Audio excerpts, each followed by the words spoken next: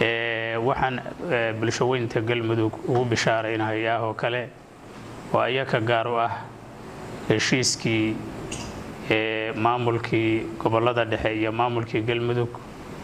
oo awalkii ku qabsoomay caasimadda Jabuuti dawladda Jabuuti aad iyo aad ay nooga gacan siiday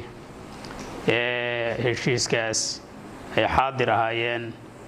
guddoonka baarlamaanka galmudug iyo madaxweynaha iyo madaxweyne xigeenka iyo maamulkii ahlu sunnah meel fiicanna waxay isla soo dhigeen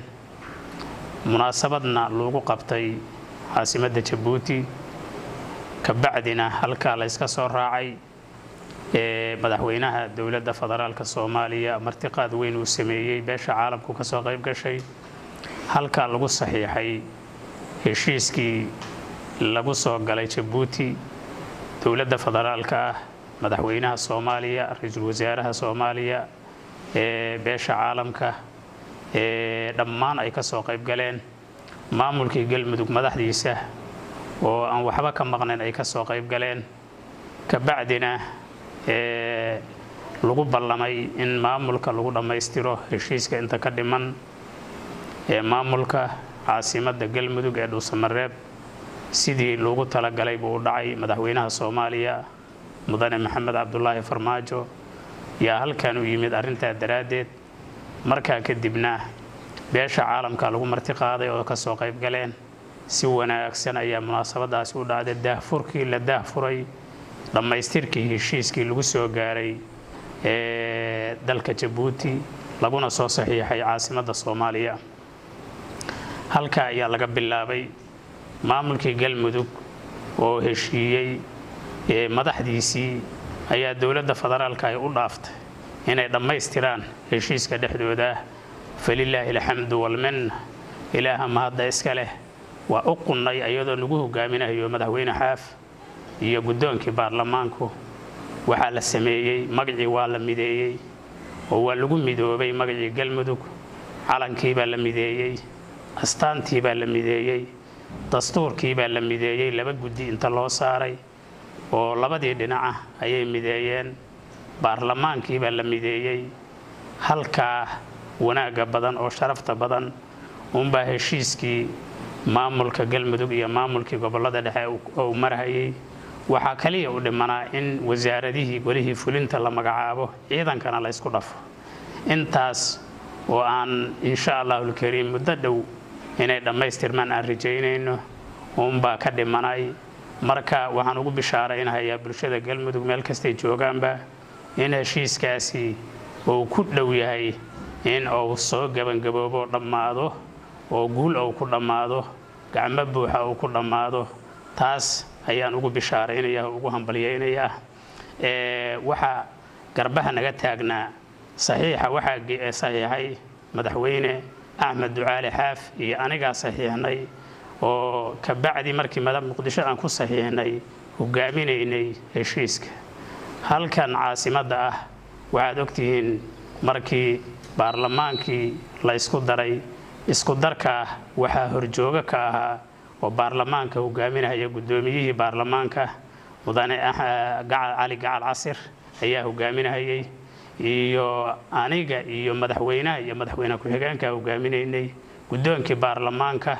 iyo madaxweyne ku-xigeenka iyo aniga dhammaan aanan kala harin guddoonka baarlamaanka isaga haddawaad haydaanba wararkii aad ka duubteen iyo ambaliyadiisii iyo furfuraantiisii waad haysaan madaxweyne ku-xigeenka sidoo kaleeto ummadda Soomaaliya oo galmudug ayaa u xafladeeyay oo soo dhaweeyay dibad iyo daakhilba alxamdulillaah rabbil caalamiin ayadoo halkaan oo maraysa oo madaxweynuhuna goobtii ku saxiixay in baarlamaankii la mideeyay anaguna aan ku saxiixay guddoonkii baarlamaankuna uu guddoomiyay oo shirarkii baarlamaanku bilowdeen oo loo qaybiyay kaararkii u qaybiyay guddoonku halka iyadoo maraysa guddoomiyuhu wuxuu yiri xoogaa qandha hayso xamal baan ka soo noqonayaa daawo ayaan u doonanayaa marka daawadii noogu maqnaa guddoomiyuhu inuu isi soo daaweeyo noogu maqnaa madaxweyne ku-xigeenkana sidaas oo kaleeto ziyaaran aadayaa ugu yiri aniga laftayda Nairobi ayaan aadayaa kabacdina Mareykanka inaan xoogaa ziyaaro ku aadaan rabaa kabacdina soo noqonayo marka ziyaaro iyagoo nooga maqan oo saas nooga maqana maanta waxaan maqalnay inay ka degeen degmo kamida degmooyinka Galmudug Cadaado ayna dhaheen heshiiskaasi waa burburay sidaas camal wuxuu dhigma marka waxaan u bishaaraynaynaa oo ka kabaynaa ummadda Galmudug hadalkaas yani waa ka kabaynaa waan uga tacsiyeenaynaa ummadda Galmudug waa mid maanta ka bacdi ciidankeeda xuduudeeda way u diyaar garoobaysaa siday deegaamada yarka ah oo shabaabku ka joogan uga zuuli lahaayeen ayay u diyaar garoobayaan haddii gudoomiyaha baarlamaanka iyo madaxweynaha ku-xigeenku wax tirsanayaan waa ka tiraynaa waa inay yimaadaan caasimadda Galmudug inay yimaadaan ayada lagu dhameystiraa heshiiska ayada lagu dabaaldegayaa markii la dhameystiro ayada martiqaadkeedu ka dhici doona maamulada ku martiqaadi doona iyo madaxweynaha Soomaaliya hadde hooskii aan harsanaynay waxaan rajaynaynaa biidnillaahi alkariim walaalaha hadday wax yar tabanayaan waa ka tiraynaa insha Allah alkariim waxaana mar walbaba anaku u tanaasulaynaa shacabkeena dantiisa baan anaku ahagaynaa taasaan u danaynaynaa midnimada u dana wada socodka u dana wada shaqaynta u dana in yani dan shakhsiyadeed aan ku kala waxaynana xaasha lillaah ma jirto danta shacabkan danteena ka hormarinaynaa ilaahay idankii marka biidnillaahi alkariim waxaan aad iyo aad ugu kalsoonahay in shacabka Galmudug maanta kadib aysan dhageysan doonin biidnillaahi